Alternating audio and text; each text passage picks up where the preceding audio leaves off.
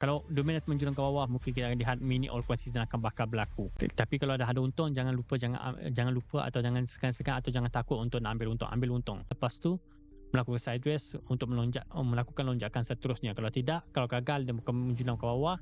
Kalau dia sentuh 82, dia akan pergi menjulang ke bawah pergi ke 68k. Tapi kalau dia gagal lintas daripada 76k nanti, dan mungkin kita lihat dia akan menjulang ke bawah lagi pergi ke arah 59 atau dekat 64k.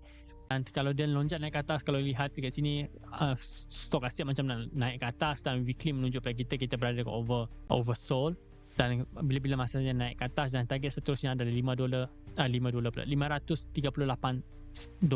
Itu target kita. Okay? $538 adalah target kita untuk Bitcoin Cash. Dan kalau dia dapat lintas sampai situ, dan target seterusnya adalah $600 untuk Bitcoin Cash. XRP saya dah buat tadi, tapi kita berada kat support semasa. Dan kita punya target pertama adalah $1.63, target seterusnya adalah $1.96.